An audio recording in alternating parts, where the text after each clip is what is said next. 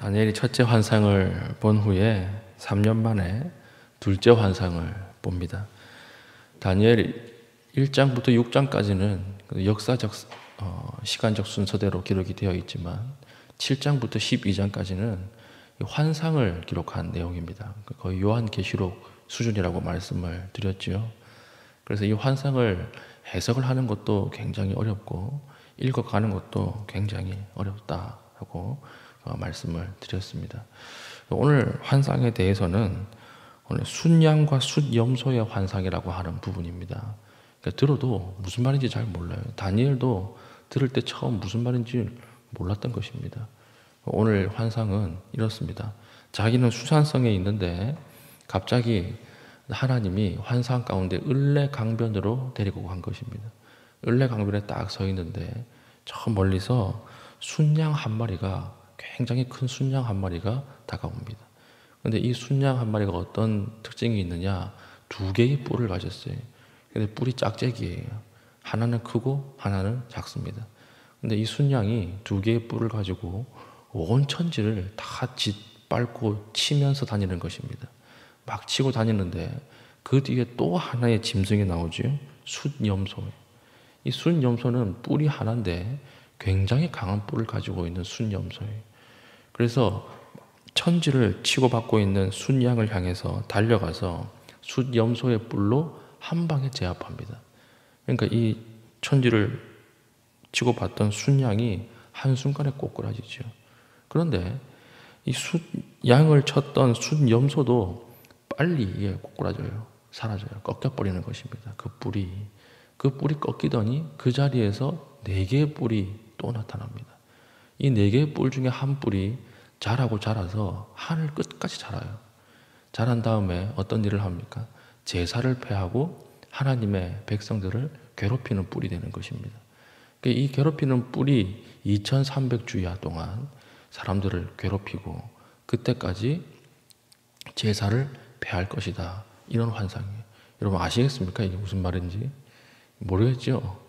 이거 친절하게 너무 어렵기 때문에 그 다음 우리 내일 보면 천사가 이것을 해석해주는 장면이 나오는 것입니다. 우리가 환상을 해석할 때는 우리 어저께 살폈듯이 나의 개인적인 경험으로 해석을 해서는 안 되고 이것이 하나님의 전체라고 해석을 해서는 안 되는 것입니다. 만약에 제가 꿈을 꿨는데 토트넘에서 한 흰색 호랑이가 하늘 높이 올라가서 천지를 호령한다. 이러면 우리나라 사람들은 어떻게 해석할까요? 그 토트넘 이러면 축구, 흰색 호랑이 이러면 손흥민 이렇게 생각하겠죠. 아, 이번 월드컵에서 손흥민이 일을 내겠구나. 이렇게 해석을 할 수가 있는 것입니다. 그런데 토트넘 사람도 그렇게 해석할까요? 아니죠. 토트넘은 상징들을 몰라요. 흰 호랑이가 한국을 상징한다는 것도 모르는 것이죠. 그러니까 전혀 다른 해석을 시대마다 문화마다 하게 되는 것입니다.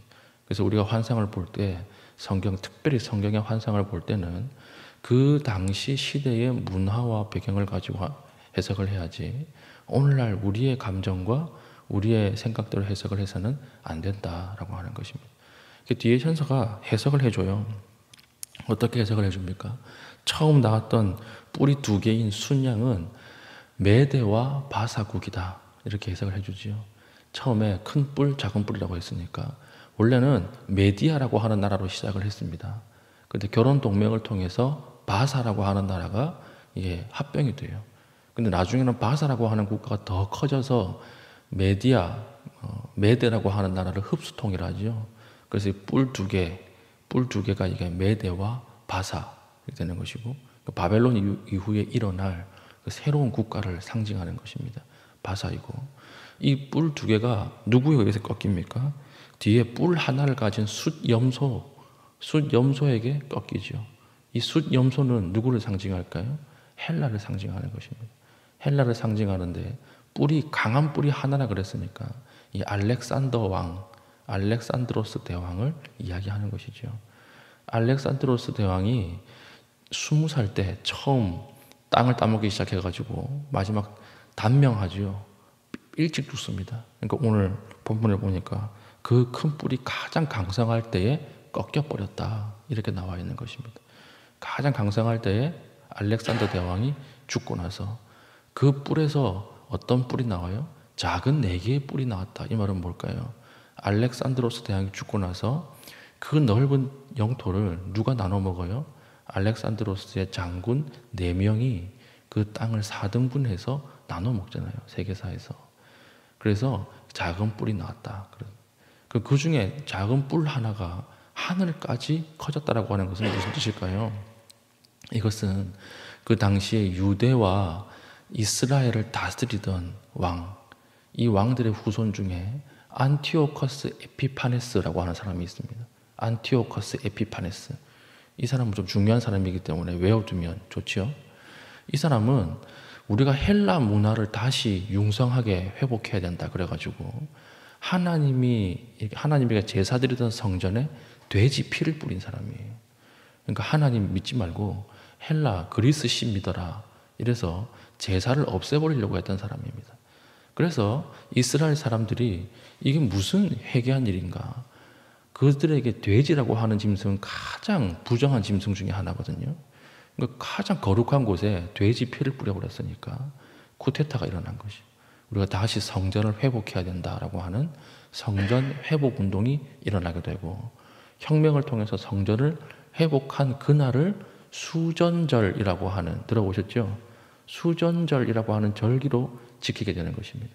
그래서 이 수전절이 요한복음 10장에 나오죠. 그래서 이 수전절이라고 하는 절기의 배경이 되었던 것이 안티오커스 에피파네스라고 하는 사람이에요. 그러니까 이 사람이 제사를 폐하고 하나님의 백성을 괴롭게 한다라고 하는 거예요. 그런데 언제까지 괴롭게 해요? 2300일 동안 괴롭게 할 것이다. 이렇게 이제 해석을 하는 것입니다. 그러니까 우리가 이것을 가만히 보면 진짜 역사 그대로 되지 않았습니까? 예언 그대로 되었어요. 그래서 성경을 안 믿는 사람은 이건 다니엘이 환상 중에 쓴 글이 아니라 너무 본 듯이 쓰니까, 본 것처럼 이렇게 쓰고 있으니까 이거 환상이 아니라 이 일들이 다 일어나고 나서 정리해서 기록한 것이다. 이렇게 이야기를 할 정도로 이게 너무나 정확하게 들어맞는 하나님의 해석, 환상이었다라고 하는 것입니다. 오늘 이 환상을 다 분석하면 너무 시간이 많이 걸리기 때문에 오늘 이 제국, 새롭게 일어나는 제국의 특징에 대해서 간단하게 3가지를 살피겠습니다. 이 뒤에 적그리스도, 그러니까 하나님을 대적하는 이 짐승의 특징이 나오는데, 첫 번째 특징이 무엇입니까? 분노한다는 거예요. 분노한다. 분노의 힘으로 일어난다라고 하는 것입니다. 우리 6절 보십시오. 그것이 2뿔 가진 순양 곧 내가 본 강가에 섰던 양에게로 나아가되 분노한 힘으로 그것에게로 달려갔다. 이렇게 되어 있죠. 그리고 7절에 보면 가까이 나아가서는 더욱 성내어 그 순양을 쳤다. 분노한 힘으로 더욱 성내어. 이게 하나님 없는 제국, 하나님 없는 사람들의 첫 번째 특징이에요. 하나님 없는 사람은요, 적그리스도, 안티크라이스트, 이 사람들은요, 모든 에너지를 어디에서 얻어요? 분노의 힘에서 얻는다라고 하는 것입니다. 그러므로 내가 과도하게 분노한다 그러면 이게 내가 내 마음속에서 내가 하는 것이 아니에요. 그 뒤에 어떤 분노를 주입하는 대상이 있다라고 하는 것입니다. 그래서 성경에 보면 해가 지도록 분을 품지 말라 그렇게 되어 있죠. 해가 지도록 분을 품고 계속해서 분을 가지고 있으면 분노가 인격이 됩니다. 분노가 인격이 되면 하나님이 사용하지 않아요. 그 사람은 절대 사용하지 않습니다. 하나님 앞에 성경에 하나님이 주신 말씀 중에 사람의 분노하는 것이 하나님의 의를 이루지 못한다, 이런 말이 있지 않습니까? 그러니까 분노하는 그 힘 가지고는 하나님 앞에 쓰임받을 수 없다라고 하는 것이죠. 오늘 우리에게 분노가 계속 일어나는 사람들이 있습니까? 계속 내 마음속에 이 증오로 뭉쳐진 사람들이 있습니까? 오늘 기도하는 가운데 풀어지길 바랍니다. 그 뒤에는 분노를 계속 주입하는 영적 세력이 있다라고 하는 것이죠.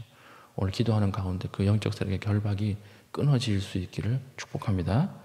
두 번째는 분노하고, 첫 번째는 분노하고, 두 번째는 교만하다는 거예요. 교만하다. 교만하다. 8절 보십시오.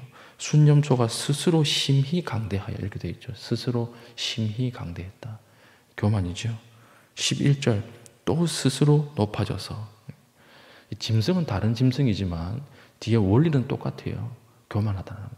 첫 번째 분노의 힘으로 움직이는 것이고 두 번째 교만하다라고 하는 것입니다. 하나님 앞에 교만이 얼마나 무서운 죄인지 한번 말씀을 설교 중에 드렸었죠. 교만해서 심판당하는 것이 아니라 교만 그 자체가 심판이에요. 교만하면 무조건 망합니다. 그러므로 성도가 가장 조심해야 할 것 중에 하나가 겸손이에요. 겸손. 하나님 앞에서 자기의 힘과 자기의 말과 생각을 절제하는 것. 그것이 가장 중요하다라고 하는 것입니다. 우리 출애굽기에 보면 그 바로가 나오지 않습니까? 바로를 하나님이 계속 완악하게 하십니다. 계속 완악하게 하셔서 결국에는 심판하시죠. 그러면 우리가 성경을 읽을 때 아니 하나님이 완악하게 하시고 하나님이 심판하신다 이렇게 생각을 할 수 있지만 그 뜻이 아니에요. 성경에 나오는 완악하게 했다라고 하는 이 뜻은 하나님이 완악을 주입해서 넣어준 것이 아니고 하나님이 그냥 가만히 내버려 두셨다는 말입니다.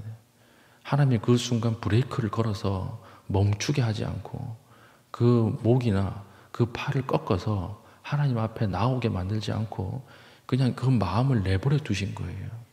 내버려 두시니까 자연스럽게 완악하게 간 것입니다. 이게 참 중요한 우리 통찰이지요. 하나님이 한번 걸어주시지 않으면요, 우린 누구나 다 완악해지고 교만해져요. 그래서 심판 가운데 나아가게 된다라고 하는 것입니다. 하나님 앞에 브레이크가 걸리는 것이 은혜입니다. 하나님 앞에 한번 멈추는 것이 축복이에요. 그래서 하나님 없는 제국들, 적 그리스도의 특징, 교만하다라고 하는 거예요. 굉장히 교만한. 내 뜻대로 다 되어야 되고 내 말대로 다 되어야 되고 이 말대로 안 되면 자기 분노에 휩싸여서 어쩔 줄 모르는 거. 그 뒤에는 항상 어둠의 세력이 있다라고 하는 것입니다. 세 번째는 무엇입니까? 결국 교만하고 교만하다가 심판을 당한다라고 하는 거예요. 심판을 당한다. 교만이 끝까지 이렇게 가다가 마지막에는 하나님 앞에 심판을 당하는 거예요. 세상 사람들이 보기에는 저 사람 도저히 너무 커져서 절대로 아무도 저 사람을 이길 사람이 없을 것이다. 저 사람이 세상을 움직이는 것처럼 보이고 그런 사람들이 있죠. 그러나 하나님 앞에서는 그게 심판을 쌓는 행위예요. 그러니까 알렉산드로스 같은 사람도 누가 저 사람을 이길 수 있을까? 누가 저 사람을 감당할 수 있을까? 온 세상을 다 움직이는 것처럼 보였지만 순식간에 단명하잖아요. 모든 이 땅에 일어난 제국들도 마찬가지입니다. 중국 제국, 미국 제국, 독일 제국 다 세상을 통치하고 호령하는 것처럼 보여도 하나님께서 한번 심판하시고 한번 정리하시면 그날 끝나는 것이 인간 제국, 하나님 없는 제국의 특징이 된다라고 하는 것입니다. 그러니까 오늘 우리가 이 말씀 중에서 붙들어야 될 메시지가 무엇입니까? 첫 번째, 분노하지 말라고 하는 것이고, 두 번째, 교만하지 말라는 것이고, 교만하면 심판 가운데 나가게 된다라고 하는 사실이죠. 오늘 우리가 하나님 앞에 우리의 마음과 생각을 절제할 수 있기를 바랍니다. 은혜로 가득 찰 수 있기를 바랍니다. 그래서 하나님 없는 사람, 하나님이 없는 나라, 이것을 추구하는 것이 아니라 하나님의 은혜로 우리의 마음을 절제하고 온유한 마음으로 나아가고 또한 심판이 아니라 하나님의 축복 가운데로 들어가는 믿음의 신실한 주의 백성 될 수 있기를 축복합니다. 아멘. 기도하겠습니다. 하나님 모든 역사를 주님께서 주관하시는 줄 믿습니다. 하나님 그 하나님을 바라보게 하시고 우리가 분노의 힘이 사라지고 하나님 교만이 하나님 겸손으로 바뀌게 하여 주셔서 하나님의 은혜와 축복의 자리로 나아갈 수 있도록 인도하여 주시옵소서 이렇게 기도하시고요. 또 한 가지, 오늘 수능이 이제 좀 있으면 시작이 되지요. 우리 교회에서는 김유빈 자매, 최미영 집사님의 딸입니다. 그리고 이유림 자매, 김명수 집사님의 따님입니다. 이 두 자매가 오늘 수능을 치르게 됩니다. 지혜와 명철을 허락해 주시고 좋은 컨디션으로 잘 수능을 칠 수 있도록 오늘 이름을 불러가면서 기도해 줄 수 있기를 바랍니다. 그리고 개인적인 기도의 제목을 가지고 기도하신 이후에 자유롭게 기도하시고 돌아가시겠습니다.